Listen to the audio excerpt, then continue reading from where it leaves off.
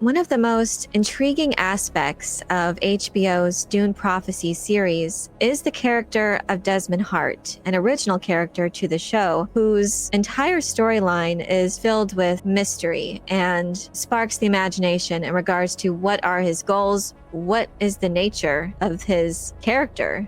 There's so many unanswered questions in regards to the source of his abilities. His power to burn others to a crisp with his mind. Is that really a natural ability of his, or is it somehow linked to technology? The show doesn't make it really clear, so it has led to a ton of speculation as to what this character is and where do his allegiances lie.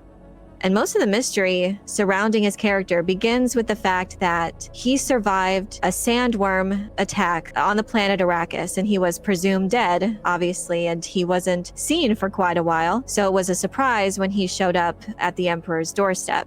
Considering the astounding idea that anyone could have survived an attack by a sandworm, many are theorizing the idea that he must be some sort of Gola clone, or maybe a face dancer, a Tleilaxu creation, some sort of genetic manipulation. And he does seem very eccentric, and the fact that he's aware of the powers that the Bene Gesserit hold and their network of influence across the Imperium, and it is his sole mission to destroy them.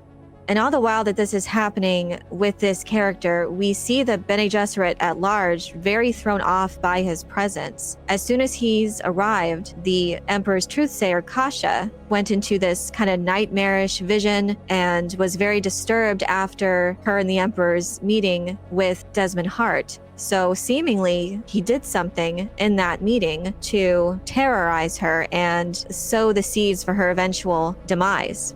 In my theory, previously in a video that I did, he does seem very much like he has the goal of the God Emperor, that he has that same mission to wrest humanity from all means of control, to continue to advance the species to where they could never be in that position ever again, and a mission that would require sacrifice. So his mission very much evokes that same kind of theme surrounding the golden path that is a primary element of Frank Herbert's Dune saga. But there are so many mysteries surrounding even that. How is this possible? And how does this work within what we already know about the universe of Dune? So when it comes to Desmond Hart's interactions with the Bene Gesserit, it seems to me that he is on a path to getting the Sisterhood to realize that they need to do more in their breeding and genetics program, that they need to continue to advance themselves in order to get a level of control when they are basically dictating the course of humanity's destiny through an individual who is a super being, one that can bridge space and time and know the past, present, and future, and being able to dictate the best path for humanity, or the path that the Bene Gesserit deem as best for humanity. The show has also hinted that Desmond Hart has some Bene Gesserit-like abilities, and there's an increasing amount of clues that seem to suggest that Desmond Hart could potentially be an early prototype of the Kwisatz Haderach. This is the super being that has this mind that will bridge space and time. It is a being that has the full breadth of powers of a Bene Gesserit Reverend Mother, a Spacing Guild Navigator, and Mentat, all in one. And this will enable this being to look into the past, present, and future and dictate the best course for humanity. One of these clues is a cryptic statement that Desmond Hart made when he says that Shai Hulud took my eye and granted me with a gift to see what even you cannot, when speaking to Valia Harkonnen. And this suggests that he has an insight beyond the capabilities or reach of the Bene Gesserit. And I think this could possibly mean that he is an individual who can see into his male ancestral memories. This is a place that the Bene Gesserit cannot look. They cannot see into those male avenues. It has terrorized them. They are repelled by it. So if he's the male version of a Reverend Mother, then the Bene Gesserit here at this time could possibly see him and what he's capable of, and wanting to have that power and incorporate or readjust their breeding and genetics program to have those dominant genetic traits to eventually bring about that being who can see through both male and female ancestral memories. And obviously the Bene Gesserit's ultimate plan involves their direct control over such a being, so that would also factor into their plans, that they would have to be in control of such an individual with such extraordinary abilities in order for them to successfully manipulate humanity, with the ultimate goal apparently being to avoid the prophecy that they have seen, which involves Arafel, which in the series is described as the destruction of the Bene Gesserit. And there was another prophecy connecting Desmond Hart to being a possible early version of a Kwisatz Haderach when one of the acolytes undergoes the agony ritual. The character of Tleilax is administered the Rosic drug, a lethal poison, where she must change the poison's molecular structure in order to survive the event. The trauma of such event was to enable her to reach a specific ancestor's memory, to learn more about the prophecy itself that she had spoken of on her deathbed previously. During Tleilax's experience, she hears the prophecy uttered in more detail. The key to the reckoning is one born twice, once in blood, once in spice. A revenant full of scars, a weapon born of war, on a path too short. Desmond Hart is apparently connected, or is the focal point of this prophecy. Obviously, we see that he was born twice. He talks about being reborn after the attack on Arrakis, that he prayed for the strength to feel nothing, which aided him to overcome his fear, and he was reborn. That could mean that he was potentially born in spice. When theorizing about how he could have possibly survived such an event, he could have fallen deep below the surface of the planet to where the sand trout gather and hide away all sources of water. This is called a pre-spice mass, and the sand trout in this stage have a very concentrated form of spice within them, and when a certain amount of them gather at one point and enough water is collected, that chain reaction happens that explodes them all to the surface. If Desmond Hart fell into one of these deep caverns where they reside, that could have been a way for him to survive and essentially be born again through spice. Other theories, of course, in regards to how he could have survived, is that the bene Tleilax could have recovered his body and have made a Gola clone from his dead cells. Another possible explanation is that he's also a Tleilaxu face dancer. Again, if they were able to recover the body, a face dancer could have mimicked his form and his memories. There's many holes that can be poked into these various theories. When it comes to the Tleilaxu, Gola, and face dancer possibilities, there is the complication that they really weren't this far along in their genetic experimentations yet. So it is a bit far-fetched for me to believe that they are this far along 10,000 years before we see the first Gola. And the Gola that we do come to see in Dune Messiah isn't nearly to this level of advancement that we've seen in the show so far surrounding Desmond Hart. But regardless of the nature of his being, Desmond Hart is almost certainly the focal point of the Bene Gesserit prophecy, born twice, seemingly reborn, even though that's a little mysterious about his return. The rest of it also still seems to hold true to Desmond Hart. The prophecy refers to this being as a revenant, which the definition of this term is a person who has returned, especially, supposedly, from the dead.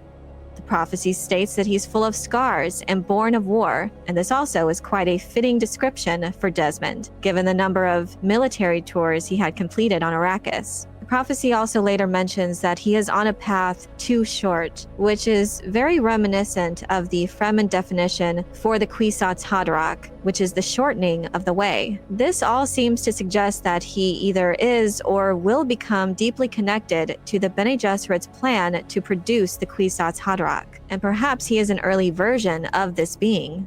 Before Desmond Hart shows up, the Bene Gesserit's plan was simply to get a Bene Gesserit sister on the throne. But through the actions of Desmond Hart, it is becoming apparent to them that they will need more control, that they will need to access male memories, male avenues of the past. But they must also see the need to have that much more control over such an individual.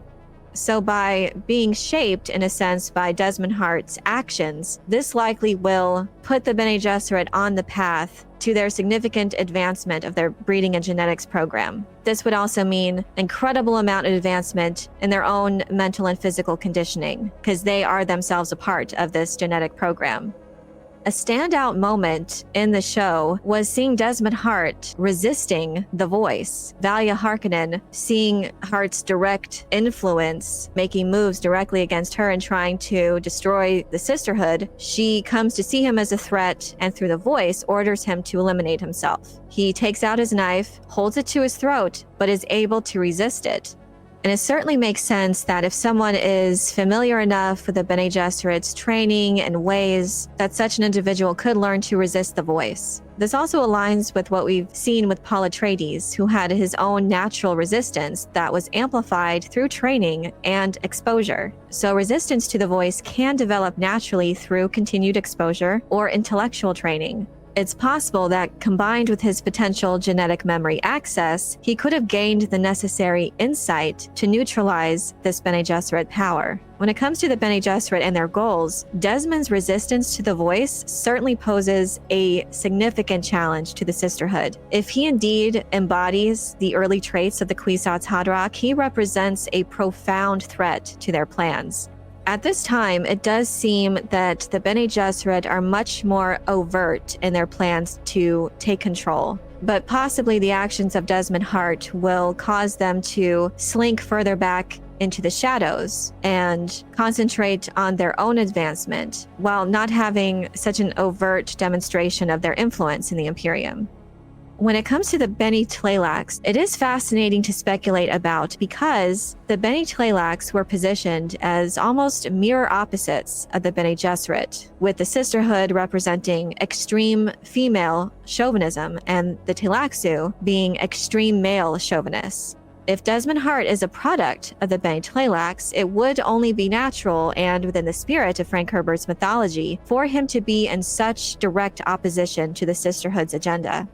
And it's also worth noting that in Dune Messiah, it is revealed that the bene Tleilax did create their own Kwisatz Haderach. It doesn't say when they did this, but it definitely was a surprise to the Bene Gesserit when this was revealed.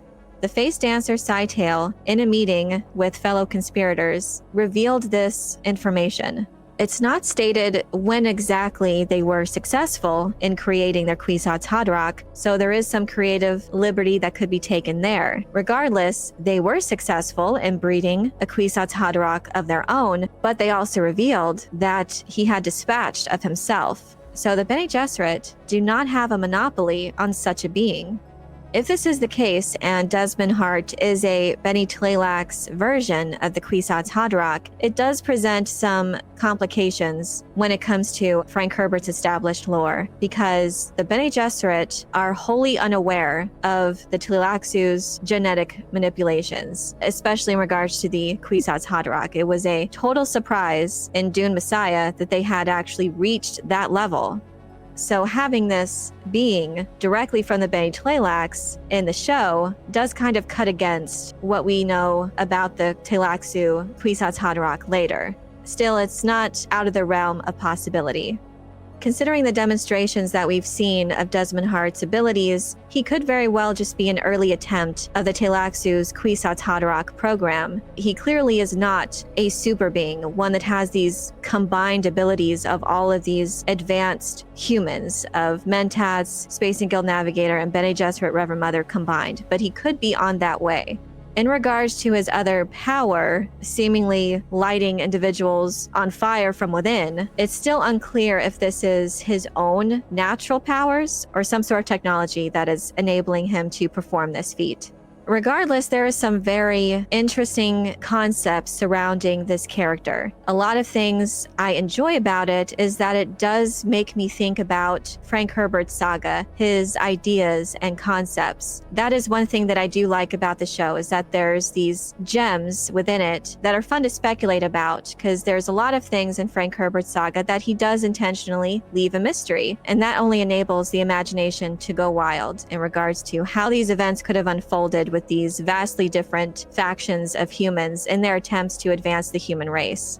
It could very well turn out that there is a very simple and disappointing explanation for what Desmond Hart is and what are his goals. But for now, I'm enjoying speculating about this character and his seeming connections to ideas from Frank Herbert's books. But I'm curious to know what you think about the character of Desmond Hart possibly being a Kwisatz Haderach. Do you think that this is an early version of the bene Tleilax's attempt to create such a being? Or do you have other theories regarding the nature of his character? Let me know your thoughts in the comment section below. I hope you enjoyed this video. Leave a like if you did, and be sure to subscribe for more Dune and other sci-fi and fantasy news and lore. And if you're looking for other ways to show your appreciation, you can check out my Patreon page, where members get access to exclusive content and perks. Thank you all so much for your support. And as always, have a very nerdy day.